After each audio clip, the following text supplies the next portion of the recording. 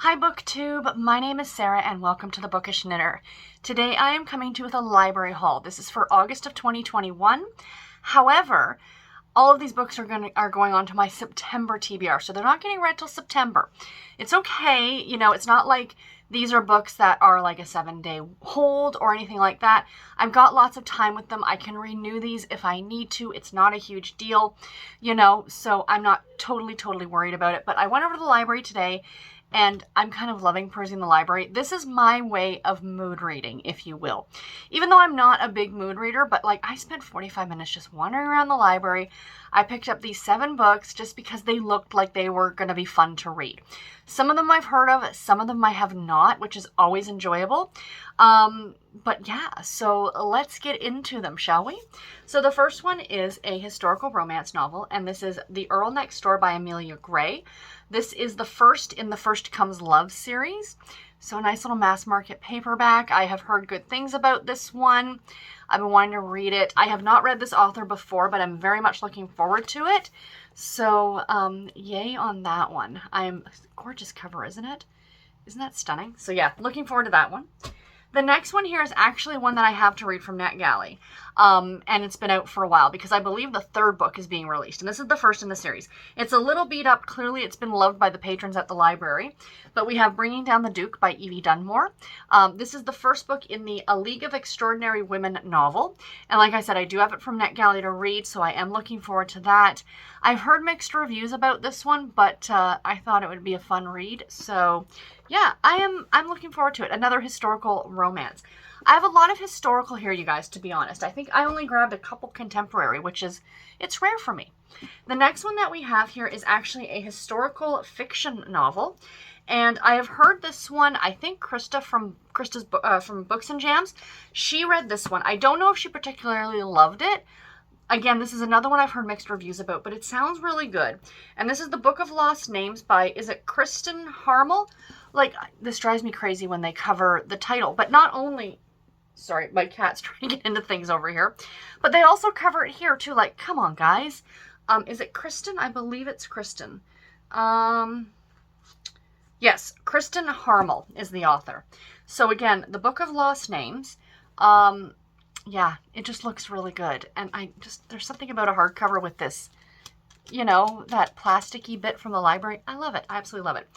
So it says, what does it say here? From the #1 internationally best-selling author of The Winemaker's Wife comes an unforgettable historical novel about a young woman with a talent for forgery who helps hundreds of Jewish children flee the Nazis, inspired by an astounding true story from World War II. I'm intrigued. I am very much intrigued. This one sounds really good. And I've got Bernard up here trying to sniff away at the books I brought back. They must smell like, library patrons or other people's houses. Who knows? A contemporary, a cowboy contemporary by the great B.J. Daniels. This is Wranglers Rescue. This is part of the Montana Cahill series. I don't know what number this is in the series, but I saw it. I think it's a more recent one. But, yeah. I love B.J. Daniels, and again, I saw this one on the shelf, and I'm like, okay, I'll take you home. It sounds good. It says, she'll risk everything to bring her cowboy back home. 1 year ago, Cyrus Cahill told Ashley Joe A.J. Summerfeld that he'd be back in her arms by the weekend. He just needed to buy a bull for his ranch, and then they'd pick up from where they left off after that romantic ride through the foothills. But now he's gone missing, and everyone, even the sheriff, believes he's dead. Everyone but AJ. She suspects foul play, and she won't rest until Cyrus is back home in Gilt Edge, right where he belongs, because Cyrus isn't the kind of cowboy who breaks a promise.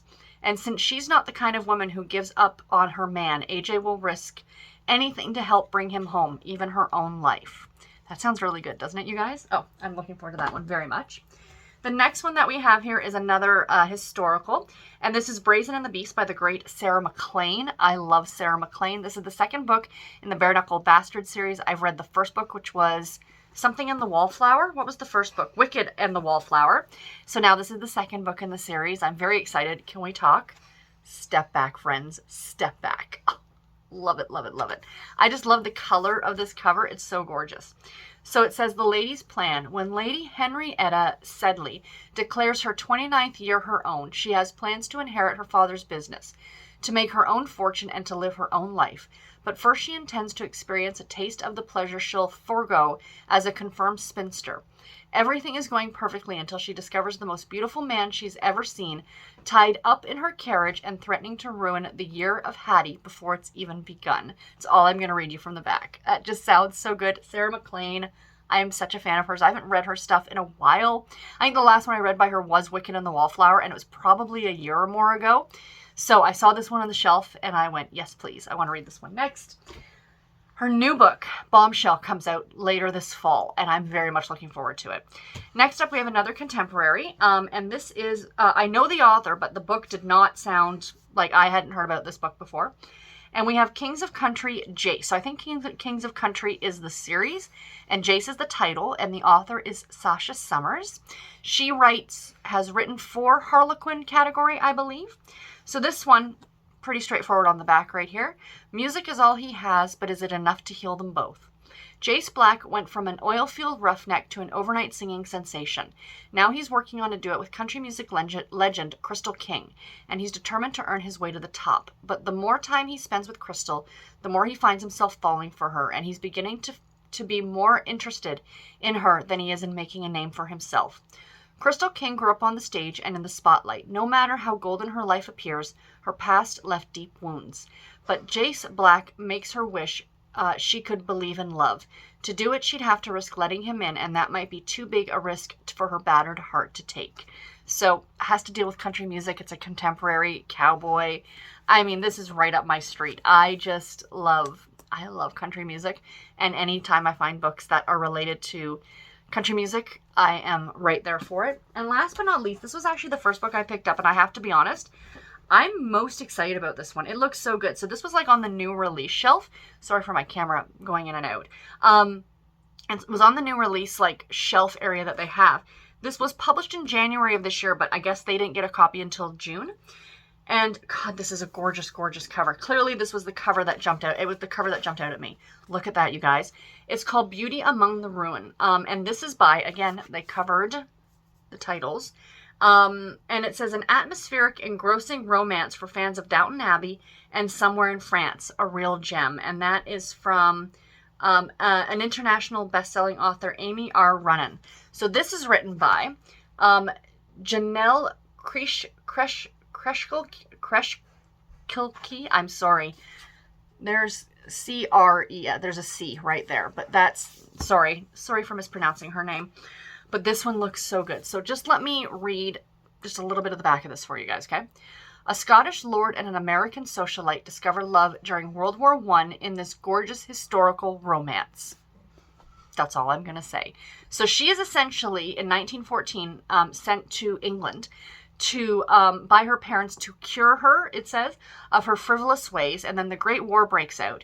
And she ends up joining her cousin nursing wounded soldiers. And then she meets this Scottish lord. And there's somewhat of a mystery as well. So, yeah, I am totally intrigued. I love the cover. I am seriously looking forward to getting to this one. I think it's going to be absolutely fantastic, and I cannot wait. This has the feeling of being more of a historical fiction than a romance, but it's being clearly labeled as a romance. So we'll see how much romance is in here. But anyway, guys, that is all that I have for this video today. I do hope that you enjoyed it. Please let me know in the comments below, have you read any of these books that I've talked about? What did you think about them? And are you picking up anything fun from your library?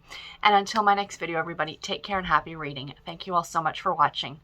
Bye, guys.